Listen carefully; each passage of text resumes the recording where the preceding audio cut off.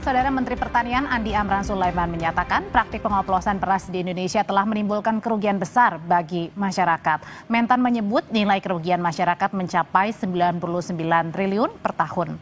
Dalam rapat kerja bersama Komisi 4 DPR, Amran menyebut ada dua jenis kerugian dalam kasus beras oplosan.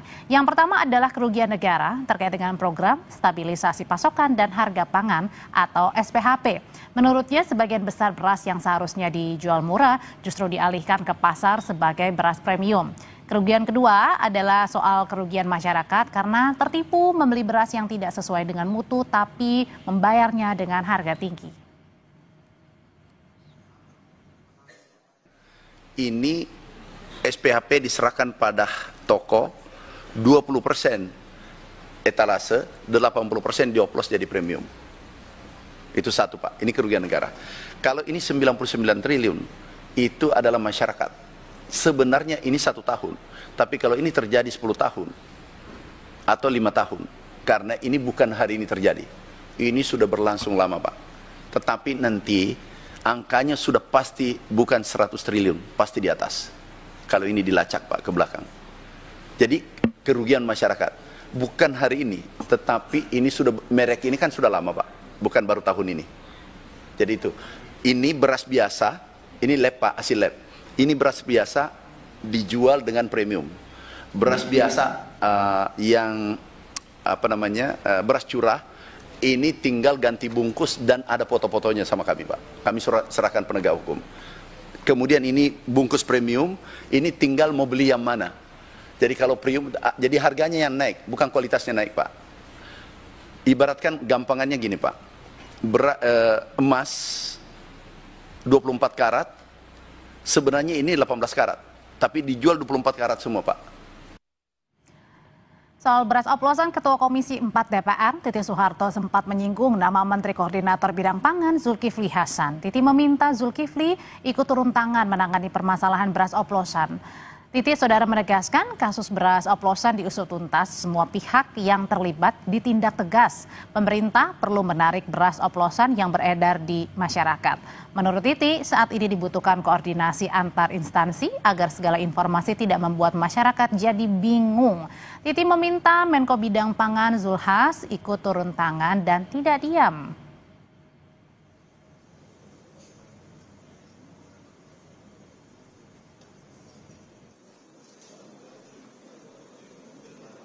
Serahkan ke kementerian itu kan ada Menko-nya ya, tolong Menko-nya tuh juga turun tangan, jangan diam-diam aja supaya ini dikoordinasikan gitu ya, jangan sedikit-sedikit heboh ini heboh itu gitu ya, ini rakyat jadi bingung gitu.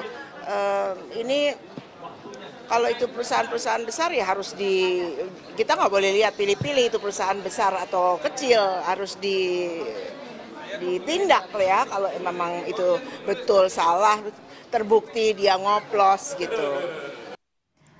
Saudara Menteri Pertanian Andi Amran Sulaiman menyebut kasus beras premium oplosan merugikan masyarakat 99 triliun rupiah per tahun.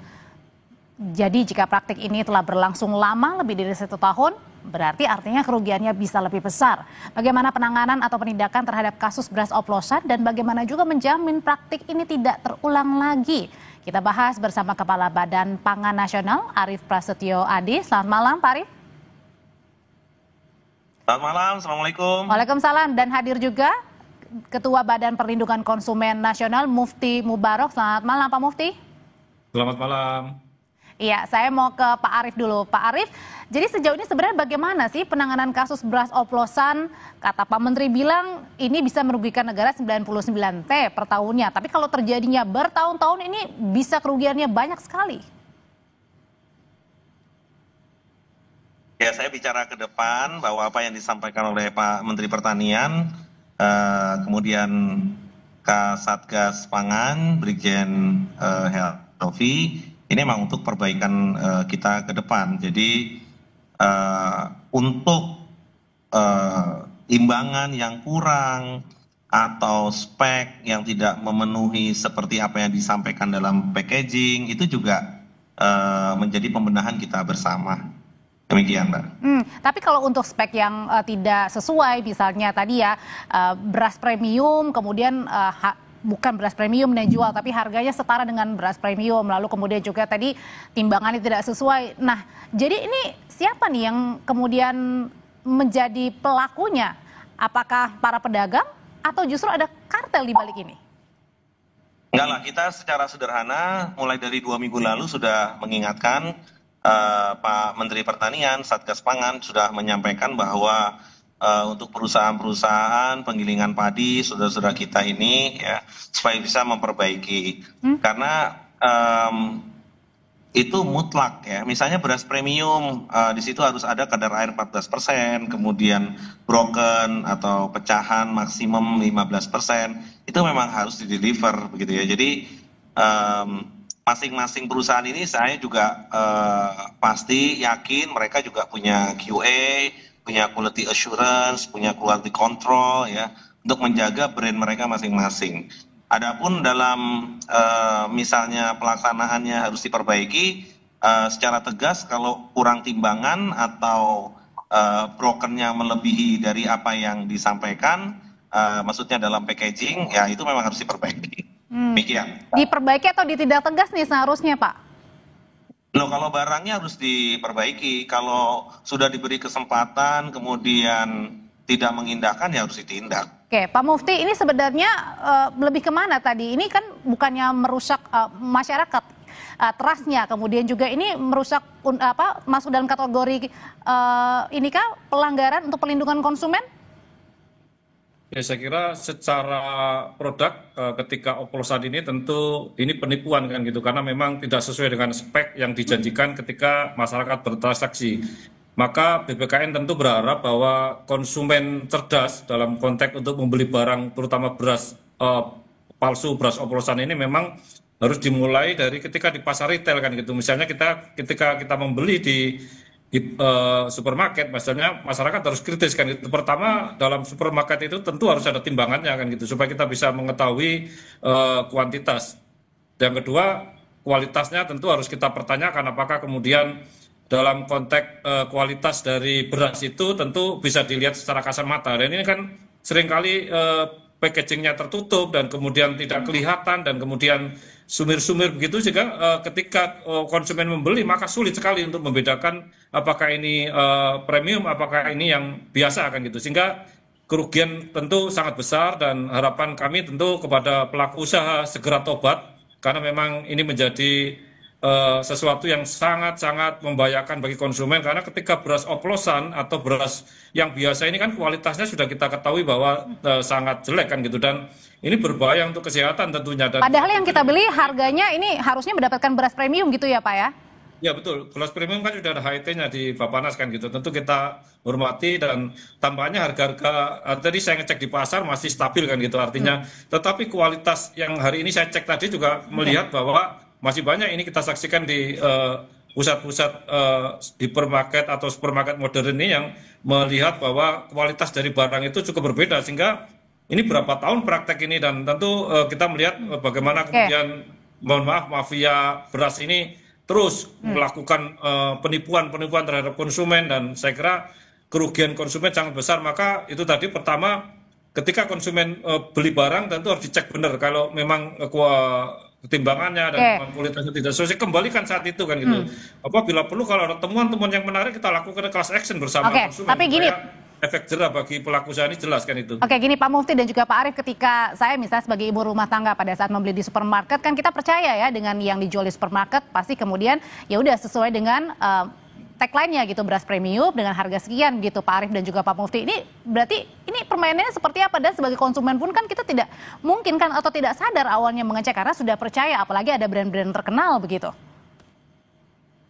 Sebenarnya kan banyak pilihan, jadi konsumen bisa memilih banyak merek, banyak brand, dan kemudian juga yang penting itu klik, yaitu kemasan harus dicek apakah label itu sesuai dan dari mana dia kemudian diproduksi dan kedaluarsakah, kemudian tampak fisiknya, dan kemudian informasinya harus jelas kan gitu, labelnya juga harus jelas, dan yang terakhir ya tentu kedaluarsa K itu kan gitu. Jadi harapan kita dengan klik tadi masyarakat harus paham bagaimana membeli barang yang sesuai dengan yang dia kehendaki gitu. Kalau premium tentu kualitasnya harus baik, dan ini tentu harus kita lihat dalam konteks di pasar kan gitu. Kalau kita nggak seperti itu, kita akan ketipu terus kan gitu. Dan kalau misalnya kita nggak membeli barang-barang itu kan tentu mereka akan reject dan sebagainya, ya akan kembali kepada produsen juga akan rugi dan kita cari pembelajaran seperti itu. Oke, Pak Arief, ini bentuk pengawasannya seperti apa sih kalau ada mafia beras? Kenapa tidak ditindak saja dari awal begitu?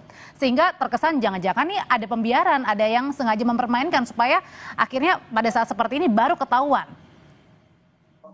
Jadi setiap produk yang di-pack seperti beras kemasan 5 kilo, 10 kilo, itu pemerintah punya namanya PSAT, registrasi produk segar asal tumbuhan gitu ya.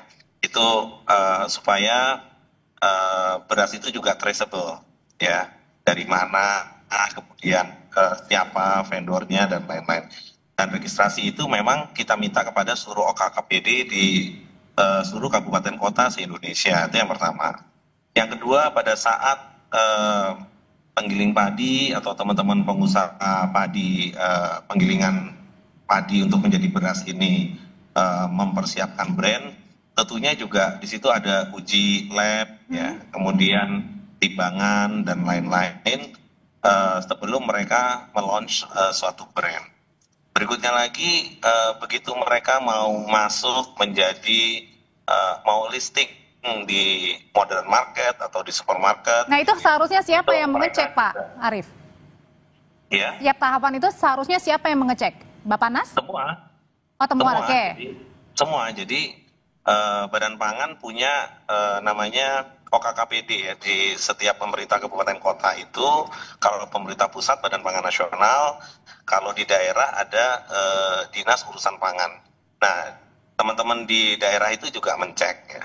Artinya pada saat brand itu mau launch itu sudah ada misalnya brand tertentu, kemudian isinya berasnya beras panjang atau beras bulat atau aromatic rice atau apa, itu sudah ada di situ. Ya, kemudian filter berikutnya pada saat ingin berjualan di modern market biasanya itu juga dicek juga sama ya. Nah, kalau sampai di dalamnya itu beratnya apa? Oke. Ya. Kalau sudah cek tadi setiap tahapannya, lalu kemudian pada saat rame-rame seperti ini beras yang dijual bukan beras premium tapi harganya premium? Ya kan sudah ada mekanismenya. Ini Satgas Pangan. Jadi sesuai dengan tupoksi dan kita semua, Satgas Pangan kan sekarang sedang bekerja. Ya, artinya pembuktiannya kan di laboratorium. Bahwa beras ini apakah premium, apakah medium, kemudian beratnya berapa juga. Timbangan itu kalau di supermarket atau di pabrik itu juga kan harus ditera. Ada aturannya minimum 1 tahun 1 kali ya. Juga sudah ada aturannya di metrologi. Jadi semua ini kan tentunya harus dijalankan sesuai dengan apa yang sudah dibuat aturannya. Oke, kalau gitu Pak Mufti, selain kerugian material, kerugian apa lagi yang dihadapi? Kalau waktu kemarin kan kita menghadapi oplosan ya, dari yang Pertamax kemudian juga dioplos begitu, itu adalah terjadi kerusakan pada mobil begitu. Nah, kalau ini makan atau mengonsumsi beras yang premium tapi ternyata bukan, apa dampaknya selain kerugian material, Pak Mufti? Yang secara material tentu dari sisi harga kan gitu, dari sisi kemudian transaksi yang memang akan harapan kita ke premium, ternyata ini tidak premium kan gitu. Yang kedua, kesehatan ini cukup banyak dari imaterial, artinya bahwa banyak penyakit-penyakit yang saya kira juga timbul dari efek dari makanan dari beras ini ketika dia konsumsi kan gitu, karena kita saksikan bahwa ketika tidak sesuai dengan standar, maka tentu banyak efek-efek turunan dari kesehatan kan gitu. Misalnya banyak disinyalir bahwa kemudian timbul efek-efek untuk diabetes, kemudian untuk turunan-turunan anak-anak dan sebagainya. Jadi secara imaterial tentu banyak sekali efek dari situ, dan ini tentu kita nanti coba dengan komunitas konsumen cerdas untuk bisa bicara dalam konteks bagaimana kita melakukan pembelaan terhadap produk-produk seperti ini. Jadi di hilirnya tentu kita bicarakan, di hulunya tentu banyaknya satgas, banyaknya kementerian yang pangan ini banyak sekali untuk apa fungsinya gitu, kalau tidak bisa ngawasi hulunya. Baik, kami sudah tangkap pesannya. Terima kasih Pak Mufti. Pak Arief, terima kasih, selamat malam. Selamat malam. Saudara, upaya Jokowi melaporkan para penuding ijazah palsu dinilai sebagai bentuk kriminalisasi. Selengkapnya kita bahas.